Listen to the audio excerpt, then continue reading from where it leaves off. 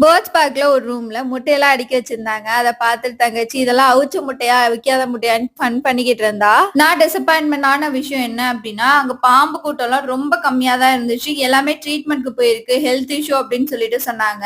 Next நாங்க ரொம்ப எக்ஸைட்டடான ஒரு பிளேஸ் அப்டின்னா, மூவில மட்டுமே பார்த்த நேச்சர் சினாரியோ ஜுராசிக் பார்க்ல வர மாரி கூட்டம் கூட்டமா பறவைங்க அங்கேயும் இங்கேயும் பறந்துட்டு இருந்துச்சு. ₹200க்கு ஒரு ஃபீல் குட் பிளேஸ்க்கு போன ஒரு எக்ஸ்பீரியன்ஸ் கிடைச்சுச்சு. அந்த கேஜ்குள்ளார போனோனமே எல்லாரோட இன்னர் சைல்டுமே வெளிய வந்துருச்சு. என் மேல பேர்ட் உட்காரு உட்காருன்னு அடிச்சுட்டு இருந்தோம். அது மட்டும் இல்லாம மிடில் கிளாஸ் பீப்பிள்க்கு ஏத்த மாரி ₹60க்கே ஃபிஷ் ஸ்பா, மசாஜ் சேர், சில்ட்ரன்ஸ் பிளே ஏரியா, விஆர் எக்ஸ்பீரியன்ஸ்ன்னு சொல்லிட்டு நெறைய இருந்துச்சு. அது இல்லாம கிட்ஸ்க்கு வந்து என்னன்னா தனியாவே பிளே ஏரியா ஃப்ரீயா இருந்துச்சு. அங்கேயே தன்வி பாப்பாவோட போய் சீசா, ஊஞ்சல் எல்லாமே ஆடிட்டு தான் இருந்தோம். அப்புறம் ரொம்ப பசி எடுக்க ஆரம்பிச்சுச்சு. ஓகே எங்க போலாம் அப்படின்னு சொல்லிட்டு பிளான் பண்ணி ஒரு வழியா KFC டிசைட் பண்ணிட்டு அங்கேயே போயாச்சு. காம்போல ஏதாவது இருக்கான்னு பார்த்தா அதையே ஆர்டர் பண்ணி வாங்கியாச்சு. Tata bye bye.